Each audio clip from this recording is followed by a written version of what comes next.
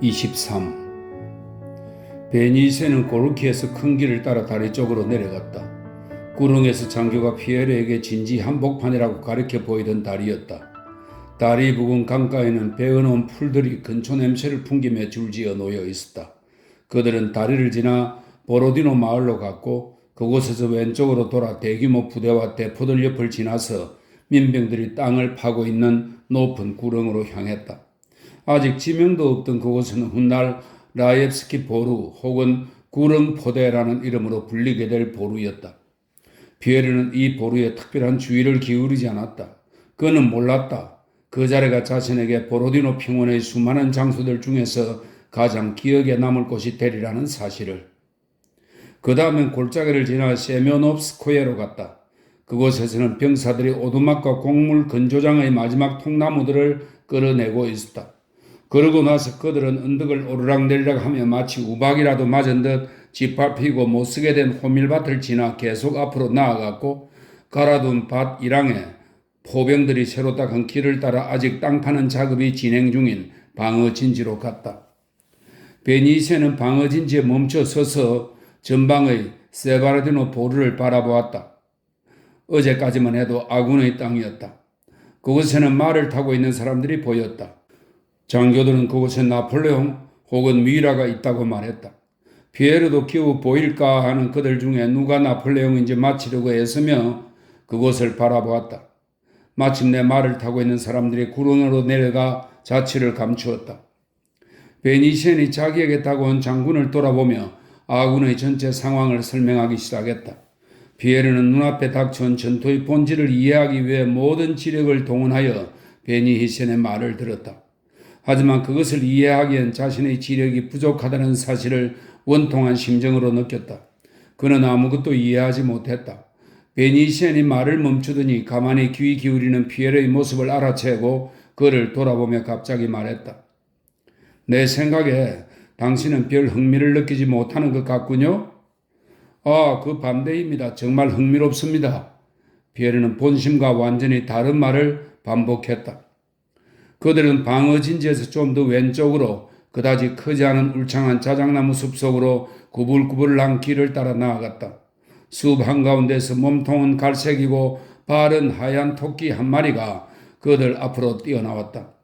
많은 말들의 발굽소리에 놀란 토끼는 너무 놀라 정신을 못 차리고 말들 앞에서 한참 동안 길 위를 깡충깡충 뛰어다니며 사람들의 관심을 끌고 웃음을 자아내다가 몇몇 사람들 고함 소리에 옆으로 내달려 무성한 숲으로 사라졌다. 그들은 숲을 2베르스타 정도 지나 공터로 나왔다. 그곳에는 왼쪽 측면 방어를 맡은 투치고프 군단이 주둔하고 있었다. 왼쪽 측면의 가장 끝부분인 이곳에서 베니시엔은 많은 말을 열정적으로 쏟아냈고 피에르가 생각하기에 군사관계에서 중요할 법한 지시를 내렸다. 투치고프 부대의 주둔지 전방에는 고지가 자리하고 있었다. 하지만 그 고지에 부대는 없었다. 베니시엔은 큰 소리로 실책을 비난하며 그 일대가 한눈에 내려다 보이는 고지를 방치한 채 상기슬게 부대를 배치하는 것은 정신 나간 짓이라고 말했다. 몇몇 장군들도 같은 의견을 표명했다. 특히 한 장군은 병사들을 저곳에 배치한 것은 도살장으로 내몬 것이라고 군인다운 과격한 어조로 말했다. 베니시엔은 자신의 이름을 내걸고 부대를 고지로 이동시키라는 명령을 내렸다. 왼쪽 측면에 관한 이 지시로 피에르는 전쟁에 대한 자신의 이해력을 더더욱 의심하게 되었다. 상기슬게 부대를 배치한 것을 비판하는 베니시엔과 장군들의 말을 들으면서 피에르는 그 말을 충분히 이해했고 그 의견에 공감하기도 했다. 그러나 바로 그 때문에 그는 상기슬게 부대를 배치한 사람이 왜 그런 명백하고 조야한 실수를 했는지 도무지 이해할 수 없었다.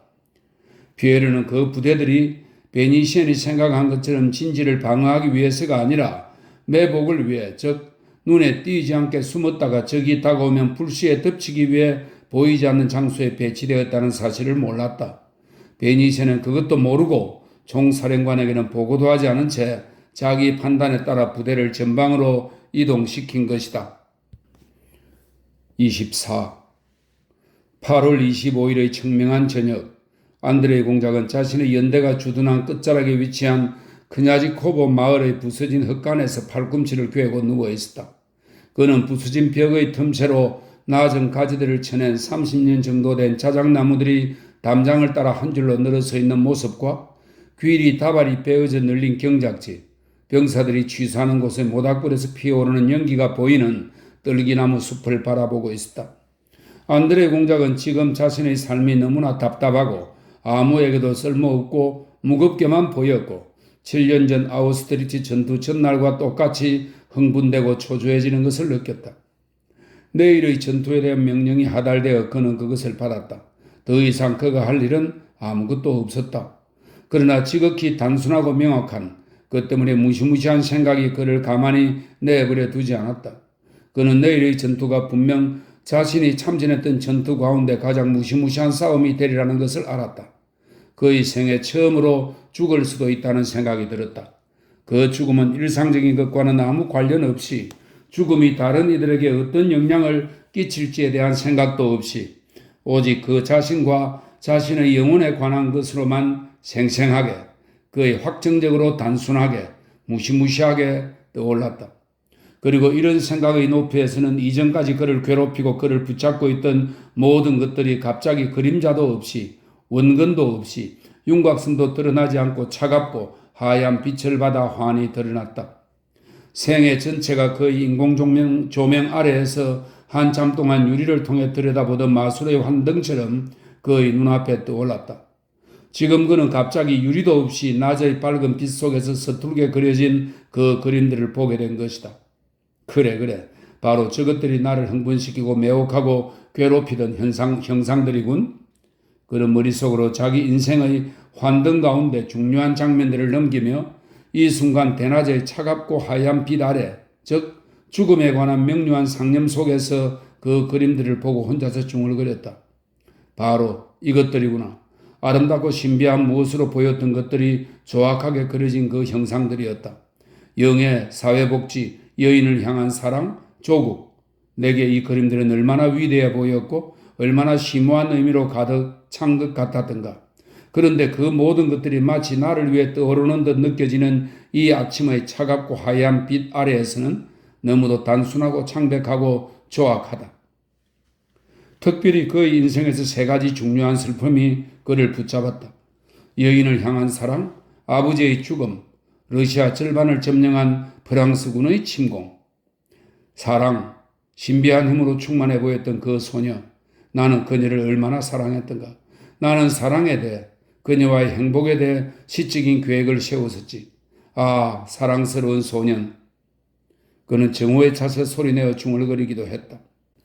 하지만 어땠던가? 난 이상적인 사랑을 믿었던 것이다. 그것은 내가 없는 1년 동안 그녀가 신의를 지켜주는 것이었다. 옛날 우화 속 다정한 여인처럼 그녀는 나와의 이별 때문에 수척해져야 했다. 그런데 그 모든 것은 훨씬 단순하다. 그 모든 것은 끔찍할 정도로 단순하고 추악하다. 아버지로 리시의 고리에 정착하면서 그곳이 당신의 자리라고, 당신의 땅이라고, 당신의 공기라고, 당신의 농부들이라고 생각했다. 그런데 나폴레옹이 와서 그분의 존재에 대해서는 털끝만큼도 알지 못한 채 길가의 나무 토막처럼 차버리는 바람에 그분의 리시아 고리와 그분의 전 생애는 망가지고 말았다. 그런데 마리아 공작 형에는 이러한 시련이 높은 곳에서 보낸 것이라고 말한다. 아버지는 이미 없고 앞으로도 없을 텐데, 앞으로도 결코 없을 텐데 도대체 무엇을 위한 시련인가? 아버지는 없다. 그렇다면 이 시련은 누구를 위한 것인가? 조국, 모스크바의 멸망, 그리고 내일이면 나도 죽겠지. 어제 한 병사가 내 귓가에 총을 쏘았던 것처럼 프랑스군이 아니라 심지어 우리 편에게 죽을지도 모른다. 그러면 내가 자기들 코밑에서 악취를 풍기지 않도록 프랑스인들이 와서 내 다리와 머리를 잡고 구덩이 속으로 내 던질 것이다. 그리고 삶의 새로운 조건들이 만들어지게 될 것이고 그것들은 다른 사람들에게 익숙한 것이 되겠지만 나는 그것들을 알지 못할 테고 또 나는 이 세상에 없을 것이다. 그는 움직임이 없는 노란색과 초록색 잎사귀, 하얀 나무 껍질을 갖고 햇빛을 받아 반짝이는 한 줄로 늘어선 자작나무들을 바라보았다. 내일이면 내가 죽임을 당해야 한다니, 내가 존재하지 않게 되다니, 이 모든 것은 그대로인데 나는 존재하지 않게 되다니. 그는 이 삶 속에 자신이 없는 것을 또렷하게 상상해 보았다. 그러자 빛과 그림자가 아른거리는 이 자작나무들, 이 뭉게구름, 이 모닥불연기, 이 모든 것들이 그의 앞에 느닷없이 변형되어 무시무시하고 위협적인 무언가로 보였다. 한기가 등을 타고 흘러내렸다. 그는 재빨리 일어나 이리저리 거닐기 시작했다. 흙간 뒤에서 사람들의 목소리가 들렸다. 거기 누군가? 안드레이 공작이 소리쳤다. 예전에 돌로프의 중대장이었고 지금은 장교 결연으로 대대장이 된 빨간코의 대위 티모힌이 흙간으로 조심스레 들어왔다. 그 뒤를 이어 부관 한 명과 연대의 격리가 들었었다. 안드레이 공작은 그 장교들이 업무상 전달하는 내용을 끝까지 듣고 몇 가지 지시를 더 내렸다. 그러고 나서 그들을 막 내보내려 하는데 흙간 뒤에서 귀에 익은 혓짤배기 소리가 들렸다. 제길, 무언가에 부딪힌 남자의 목소리였다. 흙간 밖을 내다본 안드레이 공작은 피에르가 자기 쪽으로 다가오는 것을 보았다. 피에르는 바닥에 놓인 막대기에 발이 걸려 넘어질 뻔했다.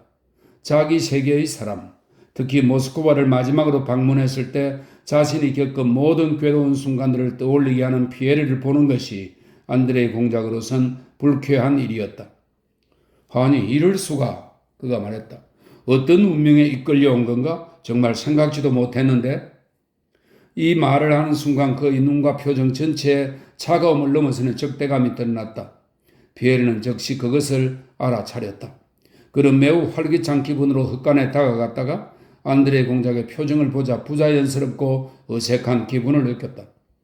내가 온 것은 흥미를 느껴서요. 피에르는 이날 이미 몇 번이나 무의미하게 되풀이한 흥미롭다는 그 말을 꺼냈다. 전투를 보고 싶었습니다. 그래. 프리메이슨 교단은 전쟁에 대해 뭐라고 하나? 어떻게 해야 전쟁을 막을 수 있지? 안드레이 공작이 비웃듯이 말했다. 참, 모스크바는 어떤가? 내 가족은 결국 모스크바로 갔나? 그가 진지하게 물었다. 왔어요.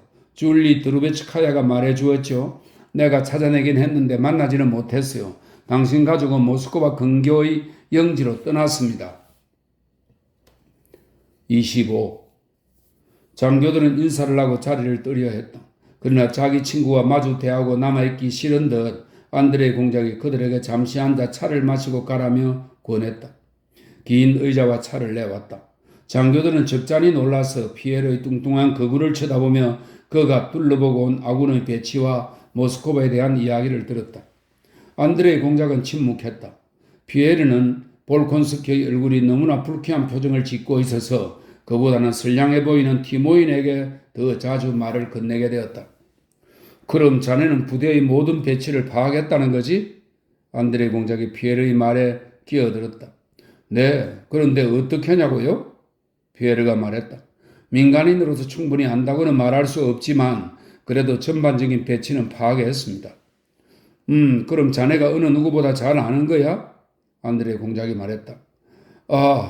피에르가 안경너머로 안드레이 공작을 바라보며 영문을 모르겠다는 듯 말했다. 그럼 당신은 쿠투조프의 인명에 대해서는 뭐라고 말할 건가요? 그가 말했다. 난 그 인명이 대단히 기뻤어. 그게 내가 아는 전부야. 안드레이 공작이 말했다. 그럼 말해봐요. 바르클라이 톨리에 대한 당신의 견해는 어떤가요? 모스크바에서는 그가 어떤 사람인지 하나님만 아실 거라고 말합니다. 당신은 그를 어떻게 판단하십니까? 이 사람들에게 물어봐. 안드레이 공작이 장교들을 가리키며 말했다. 피에르는 사람들이 티모인을 대할 때 무의식적으로 하는 것처럼 무언가 겸허하게 묻는 듯한 미소를 띠며 그를 바라보았다. 백작각하, 대공작께서 취임하신 덕분에 저희는 광명을 보았습니다. 티모인이 자신의 연대장을 소심하게 계속 흘깃거리면서 말했다. 어째서 그렇습니까? 피에르가 물었다. 장작이나 여물에 관한 것만이라도 말씀드리죠. 사실 우리는 스펜찬에서 퇴각할 때 감히 그곳의 나뭇가지 하나도 근초 한 가닥도 그 어느 것도 건드릴 수 없었습니다. 우리가 떠나면 다 그자의 수중에 들어가는데 말입니다. 그렇지요, 공작각하? 그는 자신의 공작을 돌아보았다. 꿈도 못 꿀 일이지요. 우리 연대에서도 장교 2명이 그 문제로 군사재판에 회부되었습니다. 그런데 대공작께서 취임하시자 그 문제는 아주 간단해졌지요. 광명을 보는 것 같습니다. 그는 왜 그것을 금지한 겁니까? 디모이는 그러한 질문에 무엇라고 대답해야 할지 몰라 당황하며 주위를 둘러보았다. 피에르는 안드레의 공작에게 똑같은 질문을 던졌다. 우리가 적에게 넘기고 갈 지역을 황폐하게 만들지 말라는 거지. 안드레의 공작은 조롱 섞인 신랄한 투로 말했다. 그건 매우 타당한 거야. 부대가 지역을 약탈하게 내버려 두거나 약탈의 버릇을 들이게 하면 안 되거든. 그는 스몰렌스크에서도 프랑스군이 우리를 우회할지 모르고 또 그들의 병력이 우리보다 더 강할 것이라고 올바로 판단했어. 하지만 그는 그것을 이해하지 못했지. 안드레 공작은 갑자기 봇물 터지듯 가늘고 높은 소리로 부르짖다시피 했다. 하지만 그는 이해하지 못했어. 우리가 처음으로 그곳에서 러시아 땅을 위해 싸웠다는 것, 군대에는 내가 이전에 결코 보지 못한 그런 사기가 있었다는 것, 우리가 이틀 동안 꼬박 프랑스군을 격퇴했다는 것, 그러한 승리가 우리 힘을 10배나 올려줄 수 있었다는 것 말이야. 그는 퇴각을 명령했지. 그 바람에 모든 노력과 손실이 허사가 되었어. 그는 반역을 생각한 게 아니야. 최대한 모든 것을 잘 해내려고 노력했어. 모든 사안을 충분히 고려했지. 하지만 바로 그것이 그가 적합하지 않은 이유야. 그는 이제 쓸모없는데 바로 모든 것을 아주 철저하고 정확하게 숙고하기 때문이지. 독일인이라면 누구나 응당 그러듯이 말이야. 자네에게 어떻게 말하면 좋을까? 그래, 자네 아버지에게 독일인 하인이 있다고 쳐. 그는 훌륭한 하인이고 아버지가 필요로 하는 것을 자네보다 더 잘 만족시켜드려. 그렇다면 그가 일하게 놔둬도 돼. 하지만 아버지가 위독한 병에 걸렸다면 자네는 하인을 쫓아내고 익숙하지 않은 서툰 솜씨로 아버지를 직접 돌보겠지.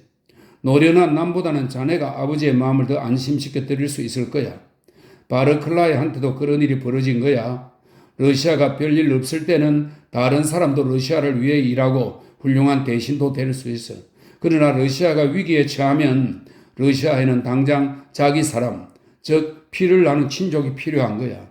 그런데 자네 클럽 사람들은 그를 반역자로 몰아서 그를 배신자라며 중상해놓고 나중에는 자신들의 그릇된 비난을 부끄러워하며 갑자기 그를 배신자에서 영웅이나 천재로 바꿔놓겠지. 그게 훨씬 더 부당한 짓이야. 그는 정직하고 아주 꼼꼼한 독일인일 뿐. 하지만 그 사람은 노련한 지휘관이라고 하던데요? 피에르가 말했다. 난 노련한 지휘관이 어떤 건지 몰라. 안드레 공작이 비웃음을 띠며 말했다. 노련한 지휘관이란 모든 우연적인 것들을 예측하는 적의 생각을 짐작해내는 사람이죠? 피에르가 말했다. 그건 불가능해. 안드레 공작은 이미 오래전에 결론지은 문제인 것처럼 말했다. 피에르는 놀라서 그를 쳐다보았다. 그렇지만 사람들은 전쟁이 체스와 비슷하다고들 하잖아요? 그가 말했다. 그래, 안드레 공작이 말했다. 단 작은 차이가 있는데 자네는 체스에서 수를 둘 때마다 원하는 만큼 충분히 생각에 잠길 수 있지. 체스에서는 시간이라는 조건을 벗어나는 거지. 또 하나 차이가 있어. 체스의 말은 언제나 졸보다 강하고 졸 두 개는 언제나 졸 하나보다 강하지.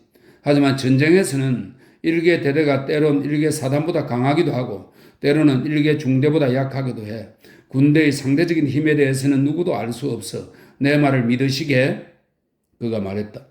만약 무언가가 사령부 참모들의 지시에 좌우된다면 난 그곳에 있으면서 명령을 내릴 거야. 그러나 그 대신 난 영광스럽게도 이곳에서, 이 연대에서, 이 신사분들과 함께 복무하고 있지. 난 내일의 승패가 사실은 오늘에게 달렸다고 생각해. 그들이 아니라 성공은 결코 진지나 무기에 심지어 병력 수에 좌우되지도 않았었고 앞으로도 그럴 거야. 특히 진지와는 아무 상관없어. 그럼 무엇에 달려있는 것이죠? 내 마음속, 이 사람의 마음속, 그런 티모인을 가리켰다. 병사들 각자의 마음속 감정에 달려있어. 안드레 공작은 놀라서 영문도 모른 채 자신의 지휘관을 바라보는 티모인을 얼핏 쳐다보았다. 이전의 자신을 절제하며 말을 삼가던 모습과 정반대로 지금은 안드레 공작이 흥분한 것처럼 보였던 것이다. 예기치 않게 떠오른 생각을 말로 표현하지 않고는 견딜 수 없는 것 같았다. 전투에서 승리하겠다고 확고하게 결심한 사람이 결국 승리하는 법이지. 우리가 왜 아우스트리츠 전투에서 졌을까? 우리의 손실은 프랑스군과 거의 동일했어. 그러나 우리는 전투에 패했다는 말을 스스로에게 너무 빨리 했지. 그래서 패배한 거야. 우리가 그렇게 말한 건 당시 우리에겐 싸울 이유가 없었기 때문이야. 하루빨리 전장을 떠나고 싶어 했지. 졌다. 그러니 달아나자. 우리는 그렇게 달아났어. 우리가 저녁까지 그 말을 하지 않았다면 상황이 어떻게 됐을까? 그건 하나님만 아시겠지. 내일 우리는 그 말을 하지 않을 거야. 자네는 이렇게 말하지. 우리 진지는 왼쪽 측면이 약하고 오른쪽 측면은 너무 길게 뻗어 있다고 말이야. 그는 계속해서 말했다. 다 헛소리야. 그런 건 없어. 내일 우리 앞에 무엇이 기다리고 있을까? 수십억 가지의 온갖 다양한 우연이야. 저기나 우리 가운데 어느 편이 달아나고 또 앞으로 달아날 것인가? 이쪽이 죽을 것인가? 저쪽이 죽을 것인가? 우연은 그런 것들로 순식간에 결정될 거야. 그런데 지금 일어나는 것들은 모두 오락거리에 불과해.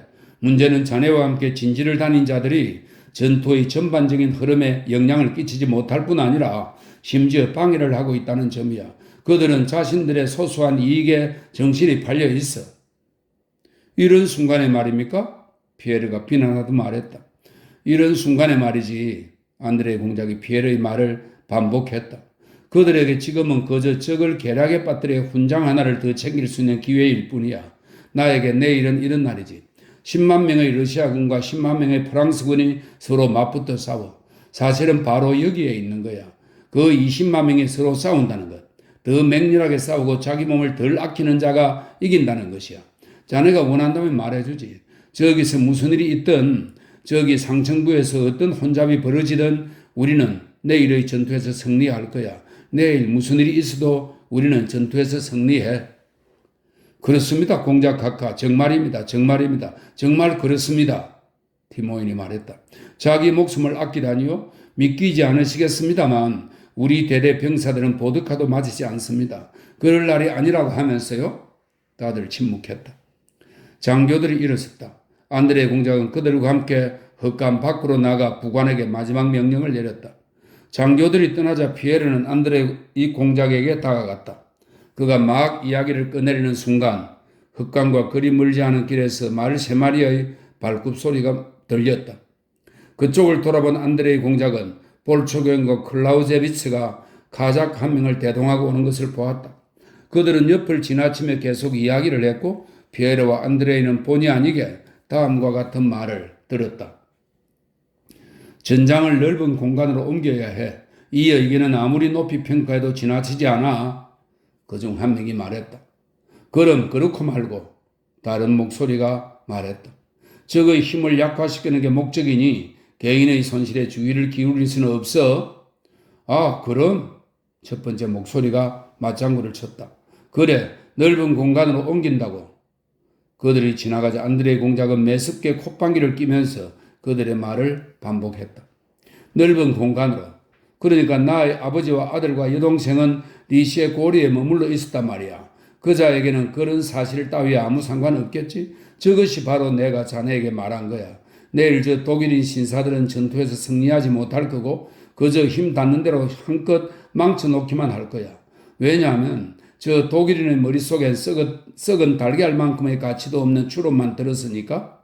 내일 필요한 단 한 가지, 바로 티모인의 마음속에 있는 것이 저 인간의 가슴에는 없어. 저자들은 유럽 전체를 그자에게 넘긴 주제에 우리를 가르치러 왔지. 영광스러운 선생들이야. 그의 목소리가 다시 찢어질 듯 날카로웠다. 그러니까 당신은 아군이 내일 전투에서 승리할 거라고 생각하는군요? 피에르가 말했다. 그렇지, 그렇지. 안드레 공작이 정신 나간 듯 말했다. 나에게 군안이 있다면 해보고 싶은 게 한 가지 있어. 그가 다시 말을 이었다. 난 포로를 잡지 않겠어. 포로가 뭔데? 그건 기사도지. 프랑스군은 나의 집을 짓밟았고 이제 모스크바를 짓밟으러 가고 있어. 그들은 매 순간 날 모욕했고 지금도 모욕하고 있어. 그들은 모두 나의 적이고 내 이해로는 모두 범죄자에 지나지 않아. 티모인도 군대 전체도 똑같이 생각해. 그들을 처형해야 해. 그들이 나의 적이라면 그들이 틸짓도 회담에서 무슨 말을 했든 나의 친구일 수는 없어. 그래, 그래요. 피에르가 반짝이는 눈으로 안드레이 공작을 쳐다보며 말했다. 나도 당신의 의견에 전적으로 동감합니다. 모자이스크 언덕에서부터 그날 하루 종일 피에르를 불안하게 하던 문제가 이제는 완전히 명료하게 충분히 해결된 것으로 보였다. 그는 이제 이 전쟁과 눈앞에 닥친 전투의 모든 의미와 모든 의의를 이해할 수 있었다. 그가 이날 본 모든 것, 그가 얼핏 본 모든 의미심장하고 준엄한 표정이 그의 앞에 새로운 빛으로 비쳤다. 그는 자신이 본 모든 사람들 안에 있던 애국심의 물리학에서 말하는 잡념을 이해했다. 그것은 무엇 때문에 그 모든 사람들이 침착하게 마치 가벼운 마음으로 죽음을 준비하는 듯 행동했는지 설명해 주었다. 생포하지 않는 것. 안드레 공작이 계속 말을 이었다. 오직 그것만이 전쟁 전체를 바꾸고 전쟁을 덜 잔인하게 만들 거야. 그렇지 않고 우리는 전쟁 노래를 해왔던 거지. 그건 추악한 짓이야. 우리는 관대함을 보이거나 그 비슷한 행동들을 하지. 그런 관대함이나 감상성은 도살당하는 송아지를 보면서 구역질하는 마님의 관대함이나 감상성 같은 거야. 그녀는 너무 착해 피를 보지 못하면서도 소스를 친 그 송아지 고기를 맛있게 먹지. 우리는 전쟁의 권리니 기사도 정신이니 협상이니 불행한 사람들에게 자비를 베풀라느니 하는 이야기를 듣지. 하지만 모두 헛소리야. 난 1805년 기사도와 협상을 보았어. 우리를 속였고 우리도 그들을 속였지. 그들은 남의 집을 약탈하고 위조 지폐를 뿌려. 그리고 가장 나쁜 것은 우리 자식들과 우리 아버지를 죽이는 거야. 그런데도 전쟁의 규칙과 적에 대한 관대함을 말하고 있어. 포로를 생포하는 것이 아니라 죽이고 자신도 죽음을 향해 나아가는 거야. 똑같은 고통을 통해 나처럼 이런 결론에 이른 사람은 스몰렌스크를 빼앗긴 것처럼 모스크바도 빼앗기든 말든 상관없다고 생각하던 안드레이 공작은 예기치 않은 떨림으로 목이 메어 벼랑과 말을 중단했다. 그는 말없이 여러 차례 이리저리 거닐었다. 그러나 다시 입을 열었을 때 눈동자는 열에 들떠 빛나고 입술은 바르르 떨렸다. 전쟁의 관대함이 아예 없다면 우리는 지금처럼 정말로 목숨을 내놓을 만한 가치가 있을 때만 전쟁터에 나갈 거야.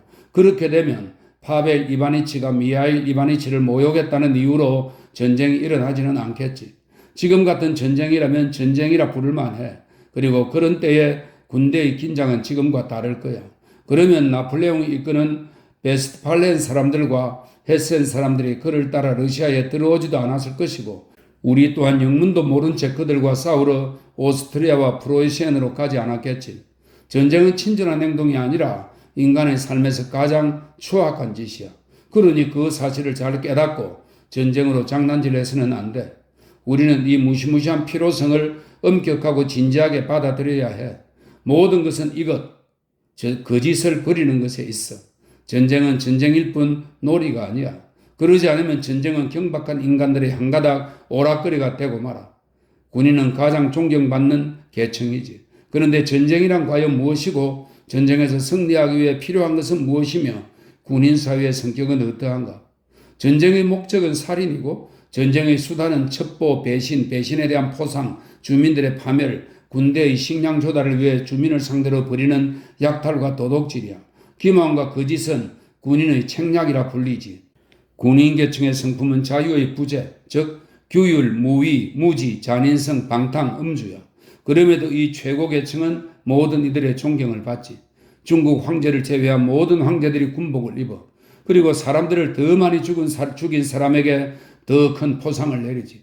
내일처럼 사람들은 서로를 죽이려고 모여들어서 수만 명의 사람들을 죽이거나 불구로 만들고는 심지어 수를 부풀려 많이 죽인 것에 대해 감사 기도를 드리고 또 많이 죽일수록 공적이 위대하다고 간주하여 승리를 선언하지. 하나님은 그곳에서 그들의 모습을 어떻게 보시고 그들의 말을 어떻게 들으실까? 안드레 공작이 가늘고 날카로운 쇠대 목소리로 부르짖었다. 아, 사랑하는 친구. 최근에 난 사는 게 힘겨워졌어. 내가 너무 많은 걸 알게 되었나 봐. 인간은 선악을 알게 하는 나무의 과일을 먹는 것이 좋지 않아. 오래 걸리지는 않을 거야. 그는 덧붙여 말했다. 그렇지만 자네는 자야지. 나도 잘 시간이군. 코르키로 가봐. 갑자기 안드레이 공작이 말했다. 오, 아닙니다. 피에르는 놀람과 연민이 담긴 눈으로 안드레이 공작을 쳐다보며 대답했다. 가, 어서 가. 전투 전에는 충분히 자두어야 해. 안드레이 공작이 똑같은 말을 반복했다. 그는 빠른 걸음으로 다가가 피에르를 안고 입을 맞추었다. 잘 가게, 어서 가. 그는 큰 소리로 외쳤다. 또 보게 될지. 그러고는 황급히 등을 돌려 흙간으로 들어가 버렸다. 주위는 이미 컴컴했다. 그래서 피에르는 안드레의 공작의 표정이 매서운지 부드러운지 알아볼 수 없었다. 피에르는 그를 따라갈지 숙소로 갈지 생각하며 잠시 동안 말없이 서 있었다. 아니야, 저 사람에게는 그런 게 필요 없어. 피에르는 스스로 판단을 내렸다. 나도 이것이 우리의 마지막 만남이라는 걸 알아. 그는 무겁게 숨을 내쉬고는 고르키로 되돌아갔다. 안드레의 공작은 헛간으로 돌아와 양탄자 위에 누웠으나 잠을 이룰 수 없었다. 그는 눈을 감았다. 일련의 영상들이 차례로 다른 것들로 교체되었다. 그는 하나의 영상에 오랫동안 머물렀다. 그는 페테르부르크에서의 어느 날 저녁을 생생하게 떠올렸다. 나타샤는 생기 발랄하고 흥분한 얼굴로 그녀가 지난 여름 버섯을 따라갔다가 큰 숲에서 길을 잃었을 때의 이야기를 그에게 들려주었다. 인기척이 없는 깊은 숲, 자신의 감정, 자신이 만난 양봉가와의 대화를 두서없이 묘사하다가 이야기를 멈추고는 매번 이렇게 말했다. 아니에요, 못하겠어요. 난 이야기를 잘 못해요. 아니에요, 당신은 몰라요. 그러나 안드레의 공작은 그녀의 말을 잘 알아들었다고 말하며 안심시켰고 실제로 그녀가 하고 싶어한 말을 전부 이해했다. 나타샤는 자기 말에 만족하지 않았다. 그녀는 자신이 그날 경험하고 또 밖으로 드러내고 싶어한 그 열정적이고도 시적인 느낌이 살아나지 않았다고 느꼈다. 그분은 정말 멋있었어요. 그 노인 말이에요. 숲속은 몹시 어두웠는데 노인은 너무나 친절한? 아니요, 저는 이야기할 줄 몰라요. 그녀는 얼굴이 빨개져서 흥분하며 말했다. 안드레의 공작은 그때 그녀의 눈을 바라보며 미소를 짓던 때와 똑같은 그 즐거운 미소를 지금도 짓고 있다. 난 그녀를 이해했어. 안드레의 공작은 생각했다. 이해했을 뿐만 아니라 그 영혼의 힘, 그 진실함, 그 영혼의 솔직함, 육체와 연결된 듯한 그녀의 영혼, 난 그녀의 내면에 있는 그 영혼을 사랑했지. 그토록 강렬하게, 그토록 행복하게 사랑했는데 그러다 갑자기 자신의 사랑이 어떻게 끝나버렸는지가 떠올랐다. 그자에게는 그런 것이 전혀 필요하지 않았어. 그자는 그것을 전혀 보지 못했고 이해하지도 못했지. 그녀에게서 예쁘고 신선한 소녀를 보았을 뿐 자신의 운명을 그녀와 결합하려 하지 않았어. 반면에 나는 그런데 그자는 지금까지도 살아있고 명랑하지. 안드레의 공작은 마치 누가 자기 몸에 불을 대기라도 한 것처럼 벌떡 일어나 헛간 앞에서 다시 이리저리 거닐기 시작했다.